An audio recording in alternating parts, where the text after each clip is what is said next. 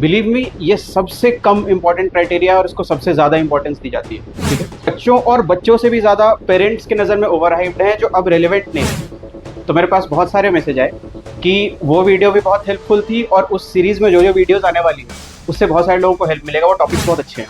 कैसे हो बच्चों? आपके लिए काउंसलिंग सीरीज़ की सेकेंड वीडियो। अच्छा, जब ये सीरीज़ स्टार्ट करी तो मेरे पास बहुत सारे मैसेज आए कि वो वीडियो भी बहुत हेल्पफुल थी और उस सीरीज़ में जो जो वीडियोज़ आने वाली है उससे बहुत सारे लोगों को हेल्प मिलेगा, वो टॉपिक्स बहुत अच्छे हैं। तो मेरा आप सब लोगों से रिक्वेस्ट है कि ये बातें आप कमेंट्स में लिखें।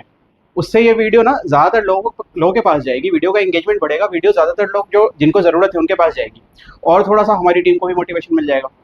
कॉलेज सिलेक्शन के क्राइटेरियाज क्या क्या होने चाहिए पहले देखेंगे, उसके बाद एक एक करके समझेंगे। ठीक है, पहले आप ये लिस्ट को देख लो।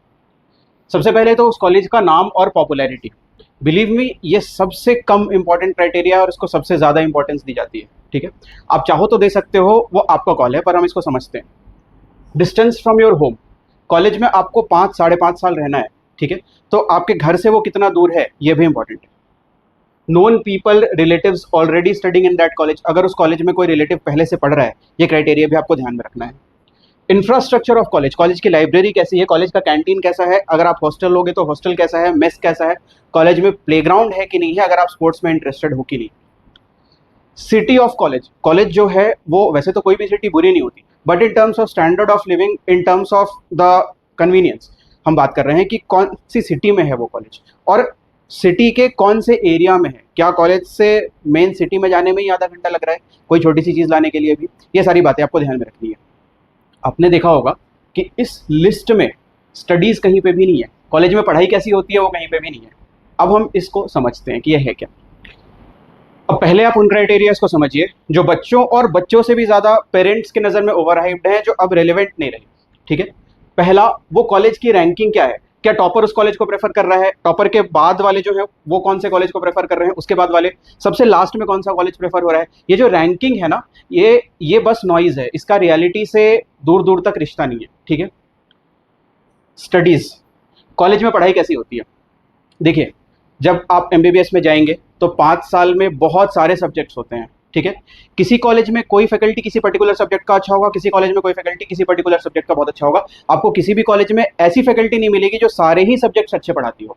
और at the end it's a harsh reality, गलत है पर ये रियलिटी है कि आपको नीट पीजी के लिए भी by the second year coaching ही लेनी पड़ेगी। अगर आपको नीट पीजी ढंग से क्लियर करना है तो आपको कोचिंग ही लेनी पड़ेगी। तो कॉलेज में कैसी पढ़ाई होती है, इट इज़ इररेलेवेंट आज के टाइम पे।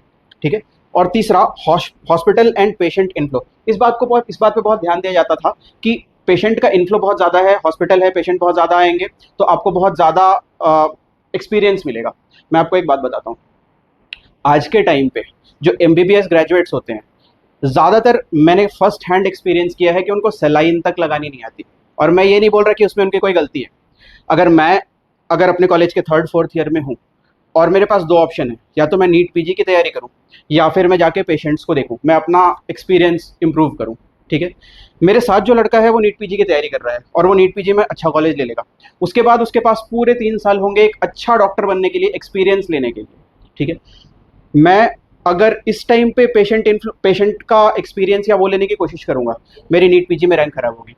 आज के टाइम पे रेयरली ऐसा होता है कि एमबीबीएस के ईयर्स में कोई अपना एक्सपीरियंस इंप्रूव करने पे ध्यान देता है। अभी आपकी पहली क्राइटेरिया होती है जनरली कि नीट पीजी में अच्छी रैंक लाएं, अच्छी रैंक लाएंगे तो अच्छा कॉलेज मिलेगा और आप जो डॉक्टर बनते हो वो आप अपनी नीट पीजी के कॉलेज, वहाँ पे जो आपको एज अ रेसिडेंट डॉक्टर आपको जो एक्सपीरियंस मिला है, आप उससे एक अच्छे या बुरे डॉक्टर बनते हो। एमबीबीएस का इसमें रेलिवेंसी बहुत ही कम है। ठीक है, तो ये तीसरा क्राइटेरिया जो थोड़ा मानना मुश्किल है, पर हॉस्पिटल और पेशेंट का इनफ्लो बहुत अच्छा है या नहीं है, इररेलेवेंट है, आज के टाइम पे बहुत ही कम रेलिवेंट है। ठीक है, अब कॉलेज का, एमबीबीएस कॉलेज का रेलेवेंस क्या होता है? अगर मैं एम्स दिल्ली से पास आउट हूँ, या फिर मैं एम्स भोपाल से पास आउट हूँ, या फिर मैं उस कॉलेज से पास आउट हूँ जो इंडिया में गवर्नमेंट कॉलेजेस में सबसे लास्ट रैंक पे प्रेफर की जाती है, सबसे बुरी कॉलेज है वो गवर्नमेंट कॉलेज इंडिया की, तो मेरे करियर पे क्या असर पड़ेगा? ठीक है, यहाँ पे ना हमको थोड़ा सा इंजीनियरिंग बैकग्राउंड, थोड़ा सा एमबीए बैकग्राउंड, जिसमें आईआईटी के कॉलेज के नाम का बहुत इंपॉर्टेंस होता है, एमबीए के कॉलेज के नाम का बहुत इंपॉर्टेंस होता है, उससे थोड़ा अलग हटके सोचना पड़ेगा। ठीक है, क्राइटेरिया वाइज डिस्कस करते हैं। पहला, इनिशियल प्लेसमेंट लेने में उसका क्या रोल है? जब आप डॉक्टर बन के बाहर आओगे, आप चाहे गवर्नमेंट में जाओ या फिर आप प्राइवेट में जाओ, गवर्नमेंट में तो सैलरी गवर्नमेंट के द्वारा फिक्स्ड होती है, जब आप रूरल पोस्टिंग दोगे वहाँ पे भी सैलरी गवर्नमेंट के द्वारा फिक्स्ड होगी। प्राइवेट में आपको डे शिफ्ट मिलेगी या नाइट शिफ्ट मिलेगी, आप जिस हॉस्पिटल में जा रहे हो वो कितना प्रेस्टिजियस है और वो सिटी कौन सी है, इसके हिसाब से आपकी सैलरी मोर और लेस फिक्स्ड होगी। अगर आप एक एमबीबीएस डॉक्टर हो, आपकी सैलरी मोर और less it will be fixed, ठीक है। तो इनिशियल सैलरी पे आपके कॉलेज के नाम का अभी तक कोई फर्क नहीं पड़ा। दूसरा, career progression. As a doctor आपका करियर प्रोग्रेस कैसे करता है, इसमें आपके नीट पीजी के कॉलेज का बहुत इंपॉर्टेंट रोल है। Mind my words, NEET PG. दूसरा, एक पेशेंट जो आपके पास से गया वो आपके पास दोबारा आएगा कि नहीं, रिटेंशन कितना अच्छा होगा, क्या वो पेशेंट दोबारा आपको प्रेफर करेगा, ये कंप्लीटली डिपेंड करता है आपके स्किल्स पे। आपने स्किल पे कितना अच्छा काम किया है, आपने उसको कितना अच्छा ट्रीट किया और आपके शब्दों ने उसको कितना अच्छा ट्रीट किया, ये बहुत ज़्यादा मैटर करता है। आपका एमबीबीएस कॉलेज इसमें कहीं पे भी मैटर नहीं करता, ठीक है।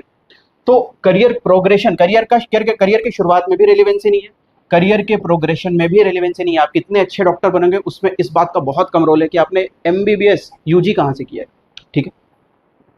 हायर स्टडीज के लिए आपको सिंपली एक एग्जाम देना होता है, नीट पीजी, जिसमें आपकी रैंक के बेसिस पे आपको कॉलेज मिलता है। आपसे कोई पूछता भी नहीं है कि आपने एमबीबीएस कहाँ से किया है। एम्स दिल्ली जैसे कॉलेज में भी हर साल 3 से 4% बच्चे ऐसे होते हैं जिन्होंने प्राइवेट से एमबीबीएस करा होता है। Not just a bad government college, private college से एमबीबीएस करा होता है, ओके। इनफैक्ट बहुत सारे पीजी के जो बेस्ट कॉलेजेस हैं उसमें हर साल 5 से 10% ऐसे बच्चे होते हैं जो प्राइवेट से कंपटीशन निकाल के आए होते हैं, ठीक है। कोई उनको रोक नहीं रहा, ओके।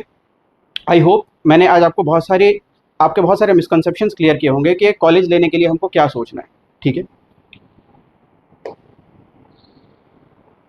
तो फिर ये जो कॉलेजेस हैं, ये जो रैंकिंग है और हर साल वो रैंकिंग कांस्टेंट रहती है, तो क्या लोगों को नहीं पता ये बात, क्या ये कॉलेजेस कैसे, ये रैंकिंग जो है ये कैसे डिसाइडेड है, इस चीज़ को हम थोड़ा समझते हैं।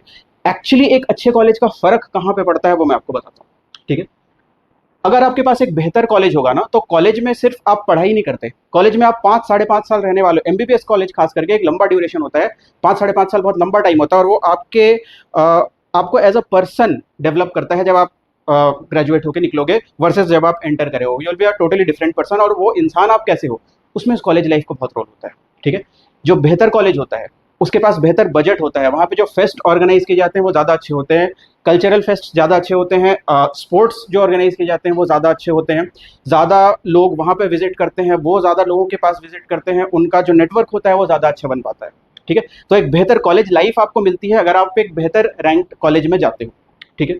दूसरा, बेटर कॉलेज जो होते हैं वो बेटर इसलिए होते हैं क्योंकि वहाँ पे इक्विपमेंट्स, अगर स्टेट के पास 50 इक्विपमेंट्स आए हैं ना, तो 25 उसमें से सबसे नंबर 1 कॉलेज में जाते हैं, उसके बाद धीरे धीरे बाकी कॉलेजेस में आते हैं, ठीक है। तो अच्छे कॉलेजेस जो होते हैं उनकी टेक्नोलॉजी मतलब वहाँ पे जो मशीन्स हैं उनकी टेक्नोलॉजी, वहाँ के जो हॉस्पिटल्स हैं उनकी टेक्नोलॉजी थोड़ी ज़्यादा बेहतर होती है, उनके लैब्स थोड़े ज़्यादा बेहतर होते हैं, क्रेडिबिलिटी थोड़ी ज़्यादा होती है। बट अगेन यूजी के टाइम पे आपको इसमें से किसी भी चीज़ का रिलेवेंसी नहीं है, आप ये बात जरूर याद रखना, ठीक है। बेटर पीयर ग्रुप, ये मैं कहूँगा कि शायद मोस्ट इंपॉर्टेंट चीज़ है जो एक कॉलेज सिलेक्शन में अच्छे और खराब कॉलेज के बीच के डिफरेंस को क्रिएट करती है। जो अच्छा कॉलेज होता है ना, वहाँ पे अच्छे बच्चे जाते हैं, वहाँ पे टॉपर्स जाते हैं, उनका माइंडसेट थोड़ा अलग होता है।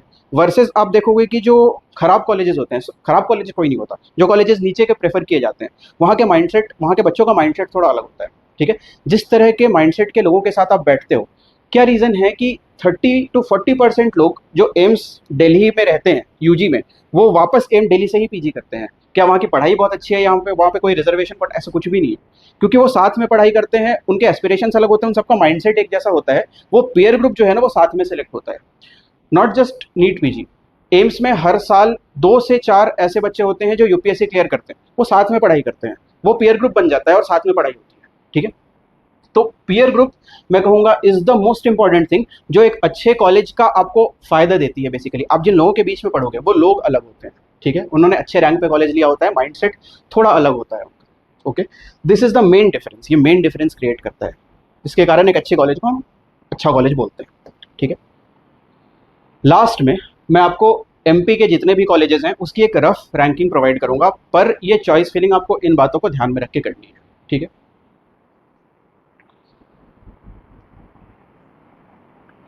सबसे पहले एमजीएम इंदौर और जीएमसी भोपाल, ये दोनों कॉलेजेस सबसे पहले आते हैं। एमजीएम इंदौर मैं फिर से बोल रहा हूँ, mainly because of the city, Indore के सिटी के सेंटर में ये कॉलेज पड़ता है इसलिए, ठीक है। जीएमसी भोपाल का इंफ्रास्ट्रक्चर बहुत अच्छा है, यहाँ की पढ़ाई भी अच्छी है, यहाँ की कॉलेज लाइफ बहुत अच्छी है, ठीक है।